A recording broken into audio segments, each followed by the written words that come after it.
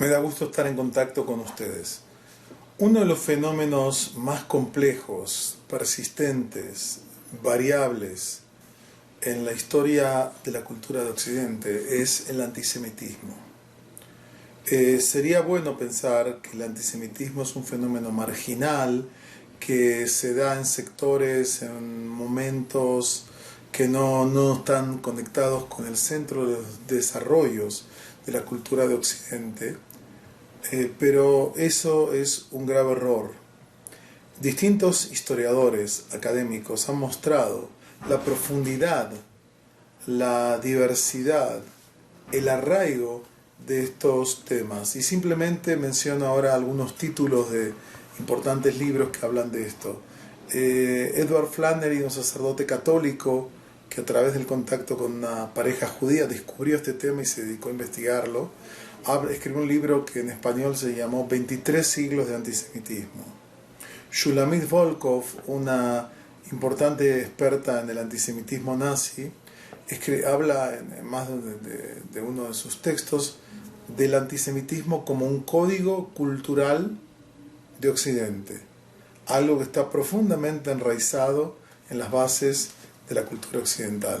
Recientemente, David Nirenberg, de la Universidad de Chicago, publicó una obra magistral llamada The Anti-Judaism, The Occidental Tradition, en la que sostiene que el antisemitismo, independientemente de la existencia no de los judíos y del judaísmo, forma parte del centro de la cultura de Occidente y tiene que ver más con el papel que desempeñan las figuras de los judíos y el judaísmo dentro de los discursos de las distintas sociedades, ideologías, filosofías en las que se produce.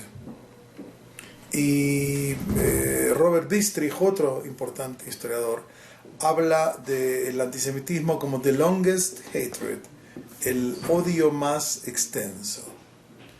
Ustedes ya han visto en la época medieval cómo se desarrolló un antijudaísmo teológico cristiano muy poderoso que generó políticas antijudías que tenían que ver con las limitaciones del papel de los judíos dentro de las sociedades cristianas, la degradación y en muchos casos la violencia, que comienza con esta violencia simbólica y posteriormente se canaliza en distintos momentos y circunstancias, como hemos visto durante las cruzadas en el siglo XI-XII y más tarde en distintos acontecimientos como las matanzas en España en 1381 y posteriormente, y en distintas situaciones donde hay violencia. Pero particularmente el tema que nos interesa en este módulo es el antisemitismo moderno.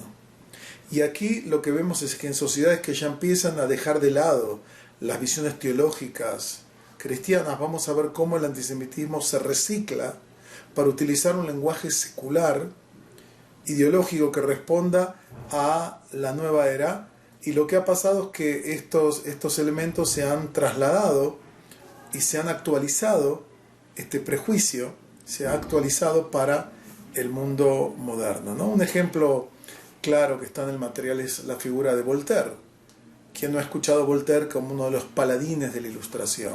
Y sin embargo, Voltaire tenía un profundo rechazo, odio hacia los judíos, y lo deja expresado en distintas obras. Y vamos a ver que a lo largo de la cultura occidental esto sigue. Vemos que los jóvenes hegelianos que critican a la iglesia y todo, tienen muchos de ellos, como Bruno Bauer, prejuicios antisemitas, que el mismo Marx después va a criticarlo con un texto que tampoco está ausente de elementos antisemitas y antijudíos.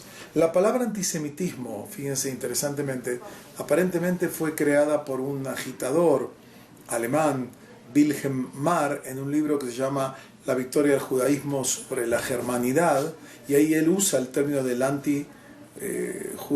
antisemitismo.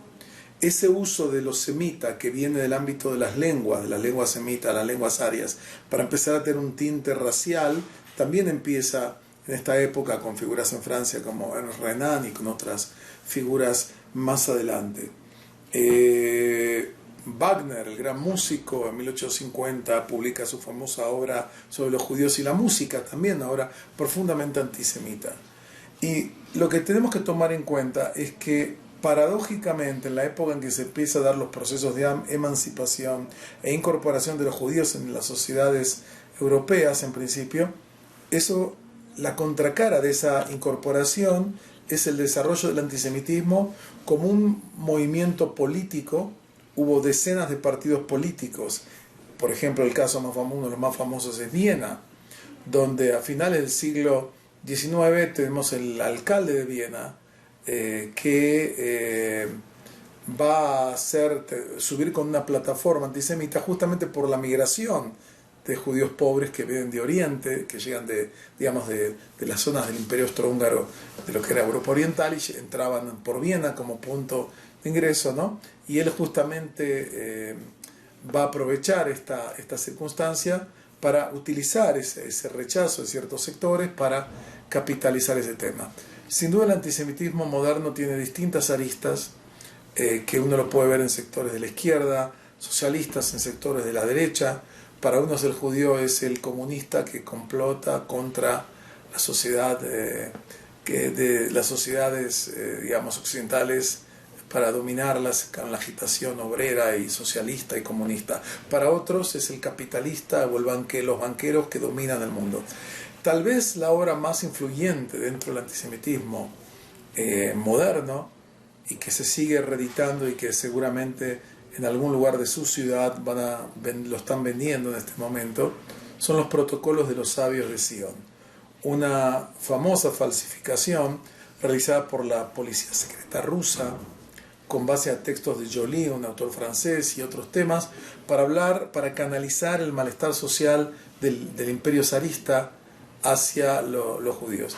El intendente de Viena que me refiero es Karl Lueger, que la avenida central de Viena se llamaba así, el Karl-Lueger-Straße, hasta hace poco tiempo.